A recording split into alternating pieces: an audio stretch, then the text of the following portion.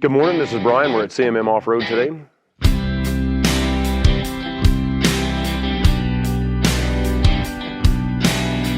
We're here in Cumberland Furnace, Tennessee. This is the shop, this is home base. We are in the absolute middle of nowhere, Tennessee, about an hour west of Nashville between Clarksville and Dixon.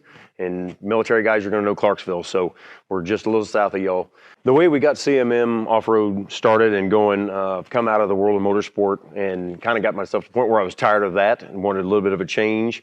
When the USF1 came to an end, decided that we're going to do this on our own and do it our way. So we had started out making parts and had started the CNC side of the shop, and I was doing side work for a bunch of cup teams at the time. We were in Denver, North Carolina, down in Charlotte, in NASCAR country, and we did stuff for Hendrick, we did stuff for Childress, we did stuff for everybody, and just random pieces and parts here and there.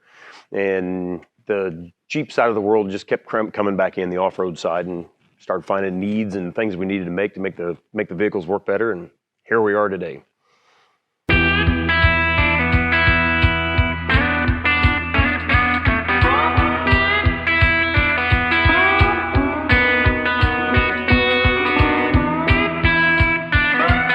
One of the very first parts we made Jeep-wise was a footman loop. So crazy as that is, had a buddy that was big into kayaking, had a TJ, and he's like, I keep breaking these plastic footman loops. I'll strap my kayak down and get halfway home, the thing breaks, and then I'm stuck. So can you make me one out of aluminum? Yeah, sure, why not? So I drew one up, 3D, and we still sell them today. Put it on his hood, and he's out in the parking lot going, oh, this is great. Run the ratchet strap, and he's about to pull his hood off of the Jeep because it's not giving. So that piece worked. So did that, did snubbers. We do custom grab bars for JKs, TJs, and we've done fair leads in the past. We've done all sorts of pieces and parts. It's just kind of whatever, find a need, fill a need, and that's where we go. As far as the progression goes, if y'all have been through one side or the other, it's amazing where we're at now, actually, with the JL and the Gladiator. We've all come through TJs or CJs or whatever. My first one was a 1980 CJ5, so it's evolved quite a bit. The new ones now are like cars. It's like Chris Plassant said at Spiderweb Shade. We're rolling out of the Rubicon, and back in late 18, he's like, you know what? It's like driving around the woods in a nice car now. So the progression has increased incredibly. It's a lot nicer vehicle to be in. But it still doesn't mean it doesn't need some improvement or some tweaks for specific things that we do in the off-road side.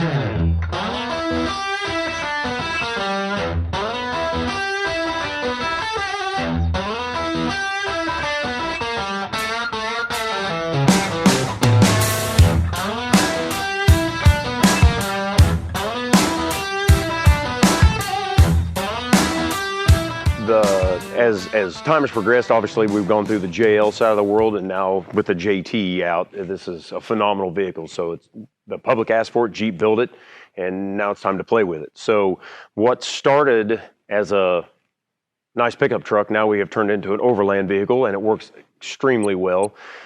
Needing places to carry things that are secure, that are easily accessible, became the main prime goal of what we were trying to do. So since we are a CNC shop and do mostly machining more than anything else, unlike a lot of guys that are fab, and there's really good fab guys within the industry and they do excellent work, we take a little bit of a different approach. The motorsport past keeps me conscious about weight all the time, and these trucks are getting heavier and heavier, and of course the heavier it is, everything compounds.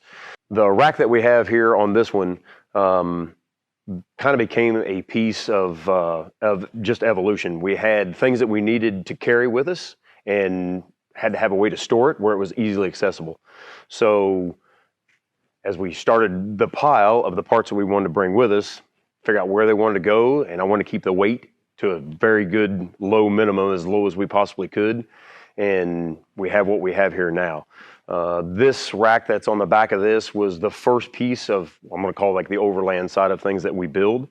We have progressed since then. We've got a roof rack and the bed slide that's in this one, and the rear seat delete rack, which we'll go over some more of that later on. It's but the weight side of it and the ease of access were the two driving factors really behind this more than anything else. As we went through making these parts and finding places and homes for things that we wanted to carry with us, we do wheel and do overlanding stuff quite a bit, and we bring our French Bulldogs with us. We've got two little dogs that come with us all the time, my wife and I. And at the time, with the rear seat in it, the way that it works, if you fold the back of the seat down, gives you a nice platform back there. Put the dog bed on that. We did fine with it. It worked good. It's just the fact that if you have anything else back there, you have to take it out. You have to take them out. You have to take everything in the world out to be able to get to what's under the seat or everywhere else. Not to mention the fact that the thing takes about 8 cubic feet of space to the seat itself does. And it's a lot of wasted space. We generally with this vehicle, we're not using it as a commuter to carry a bunch of people or the family around or anything else. So it can be a two-seater. And we're finding that there are a lot of people with Gladiators that have using it as a two-seater. So to be able to carry and store stuff inside to where it's secure and out of the weather and out of sight, out of mind items, we know what those are. We decided that this would be the direction we want to go. Looked at everything else that was out there, and like we tend to do, looked at it, maybe, it kind of works. This is not bad, but put my own spin on it. Once again, another side from machining versus fab. We can make it, and it can be very modular, so we can change heights, sizes, shapes, and stuff fairly easy to get the wanted benefit of what we have.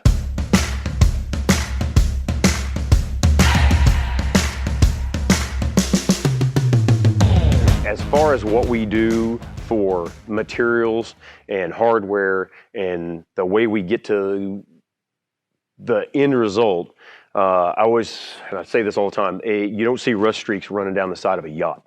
So the grade of hardware, which we use 316 and 304 stainless virtually everywhere in all of these pieces now, it's considerably more expensive, but it's trouble-free and you'll never have an issue, and no rust, no rust, no corrosion, no any problems.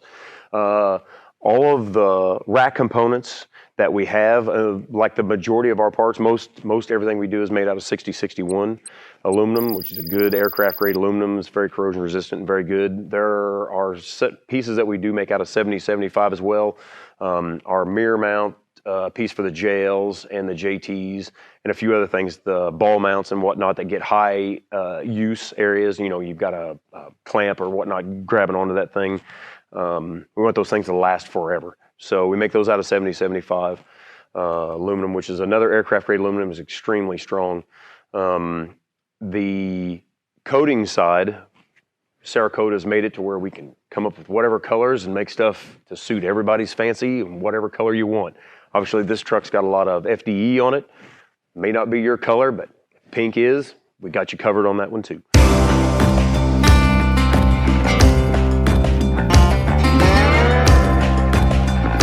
To have some modularity in that rear section, we work a lot with a lot of other people in the industry. Justin Andrews, you all know from Factor 55, new baby, they're going to carry her around in the back of their Gladiator. So as this is built right now, we did split it up in a sense the way that the 60/40 seat was split up, so you could do one side or the other. These first ones we're doing, we're kind of putting those out as complete units because we want to get some testing in and like get feedback from people on what they like, what they don't like, what they want, what they would like to see, and new things. So we've left it right now as a full. I know with his, we're going to put the wide side, the 60 side in, and then leave the 40 side as the standard seat. So he's got a place for Jovi to sit. So the beauty of doing it as a machine part, as we'll see, the riser section of this, the vertical legs of this piece that hold and create the support base for the flip tray at the top. We can make those virtually any height. Obviously, we've got French Bulldogs and they're short, so it's no big deal. They can be up high and see and be clear.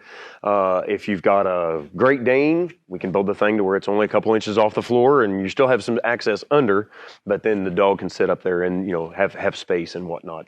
I'm not sure anybody's going to be bringing Great Danes on the trail, but you know what? You never know. But it does give us the modularity to be able to move things around very readily.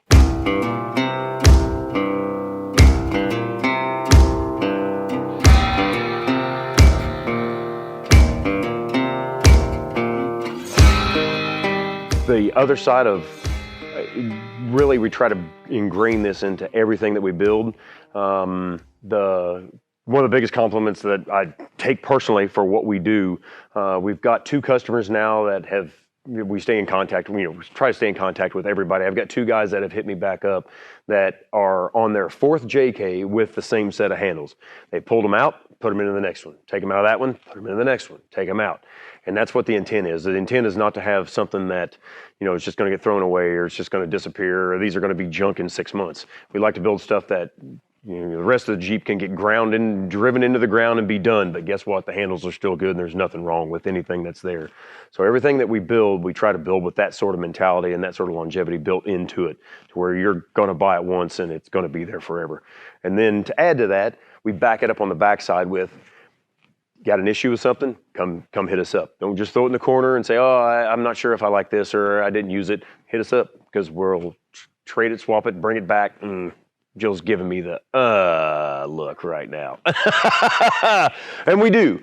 And it's always great I love having the open dialogue and open communication with customers of, hey, I like what this is, but I really want to be able to do something different.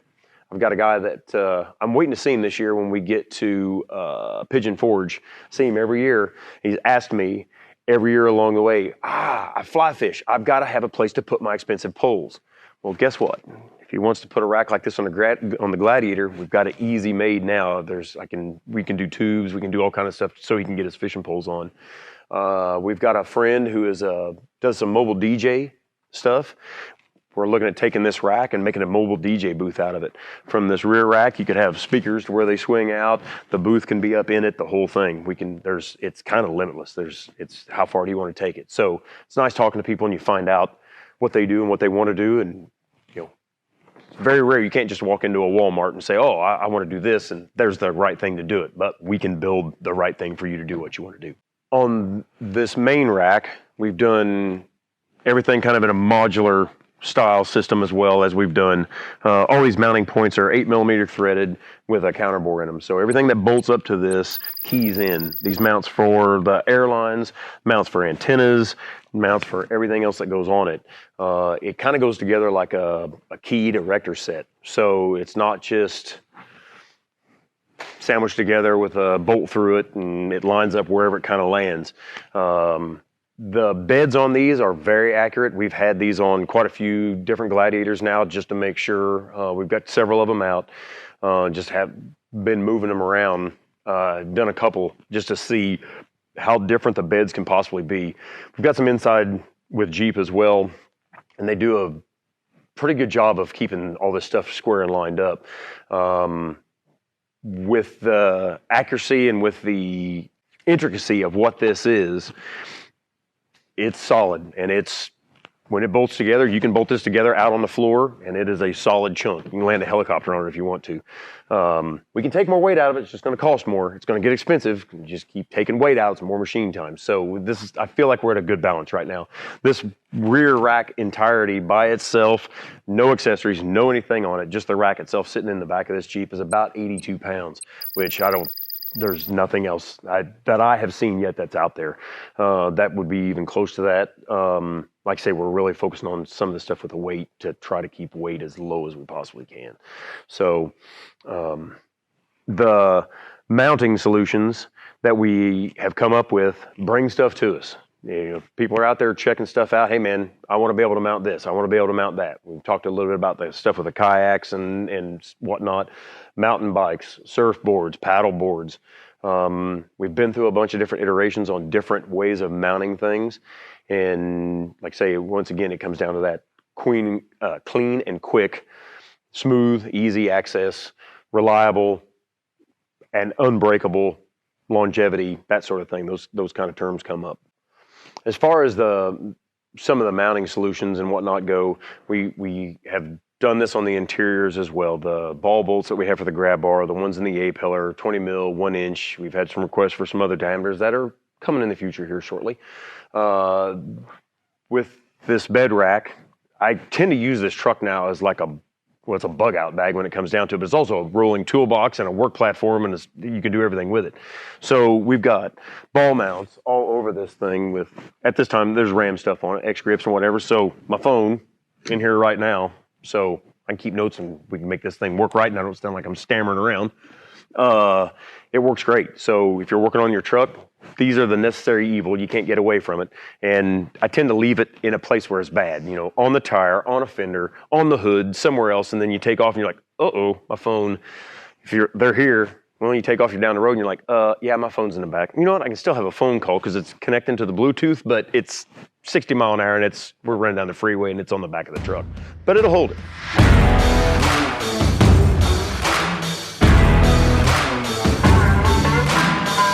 Thanks for watching. Come check us out at cmmoffroad.com for all your Jeep billet accessories.